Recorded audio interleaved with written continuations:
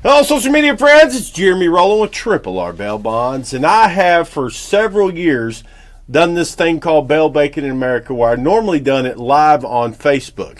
But what I've decided to do is kind of change that up because my schedule is so unpredictable.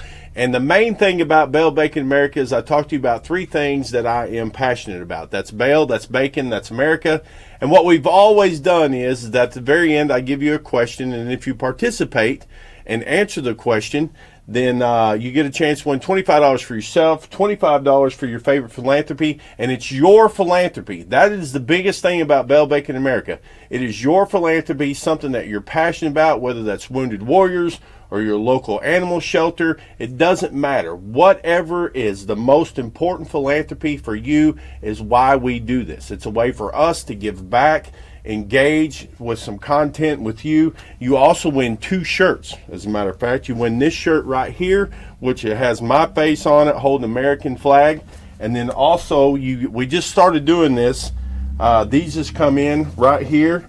This is the one that says bacon because vegetables suck. So you get this shirt, you get that shirt, you get $25 for yourself, you get $25 for your favorite philanthropy, and I give you some information that I think is intriguing or interesting or funny about those three things. And then again, at the very end, I give you a question, and just participate in it. Share it with your friends, share it with your family, let everybody know about Bail Banking in America.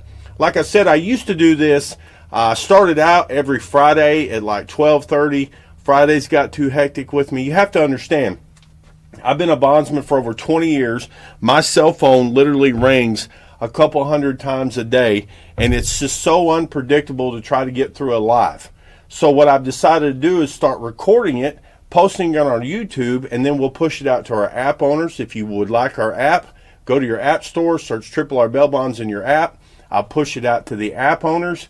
I will also post it on our social media platforms, and it gives it more exposure that way. So let's just kick off this week, and we will be drawing. I didn't do a show last week, but 2 weeks ago, we're going to draw for that winner. So we're back on track, and I will not let this fall behind again. So we'll kick off this week with bail. This comes from stateline.com. This is bail clampdowns don't match what research says about suspects, experts say.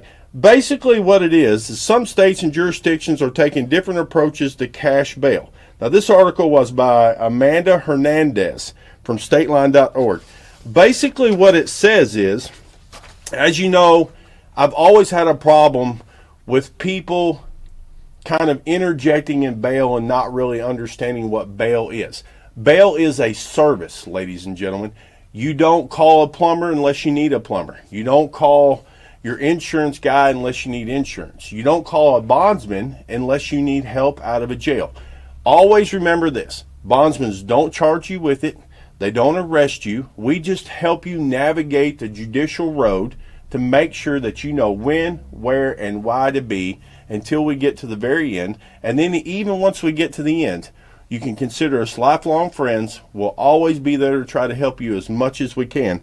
But this article basically, they're starting to see, if you've been watching Bail Banking in America for years now, they're starting to see that this bail reform initiative is not working out the way that they planned, and it never will. The biggest thing is that the courts of this land, except for the states that don't use professional bail, you have to understand your laws. In Arkansas, it's 1684, 201, and 207. I encourage you to go read those. It holds us wholeheartedly accountable if the individual that we fail or that we bonded fail to get them through court. It's a very simple process. There's a board in Little Rock that enforces it and makes sure that we are held accountable. You just have to follow the steps. And this article is basically pointing out the fact that these places that have implemented it and hugged this bail reform thing are figuring out that it is failing massively. Crime is way up. There's a bunch of repetitive, same people over and over and over and over.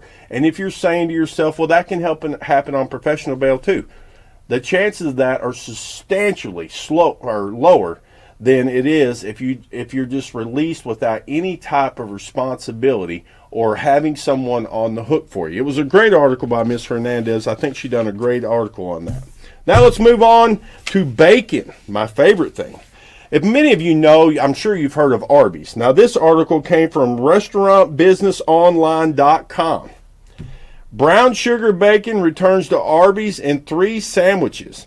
The bacon adds a sweet, salty layer of flavor to BLT roast beef and turkey sandwich.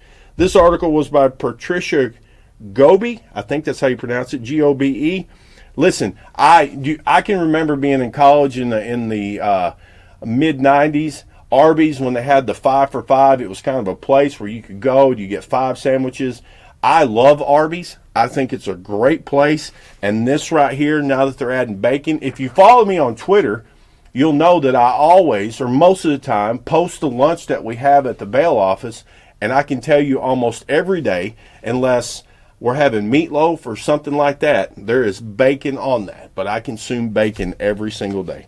So if you next time you see Arby's and you're craving some bacon, swing by there and grab one of them 3 sandwiches. Now let's move on to America. Did you know on this day in 1868, the first United States parade with floats was done in Mobile, Alabama? Now, parades and stuff to that effect have grown substantially since 1868. But the first one that had floats was the Mardi Gras in Mobile, Alabama on this day in 1868. And you know, with the summertime coming, a lot of floats and stuff are done around Christmas time. Think about that. 2024, 1868. That's how long floats have been. And we haven't done a Christmas float in many years, but I think if my wife's health is up to it, we're going to get into it this year. Now it's time to draw for the show for 2 weeks ago. Don't forget, $25 for yourself, $25 for your favorite philanthropy, 2 shirts. Let's see who won. Pull this out of here. Let's see here. I think I drew. Bubba Pledger.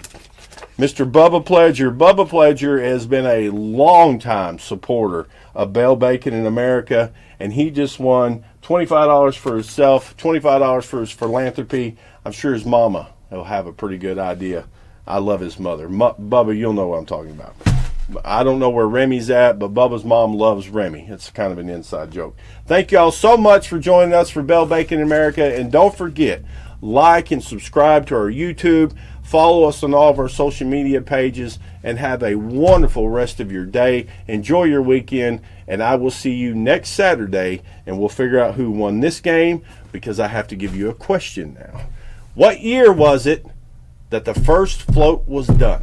So the only thing you got to do is put that in the comments section, and you'll get a chance to win the prizes. Congratulations, Bubba Pledger. I hope you learned something about Bell Bacon in America, and we'll see you next week for another episode of Bell Bacon in America.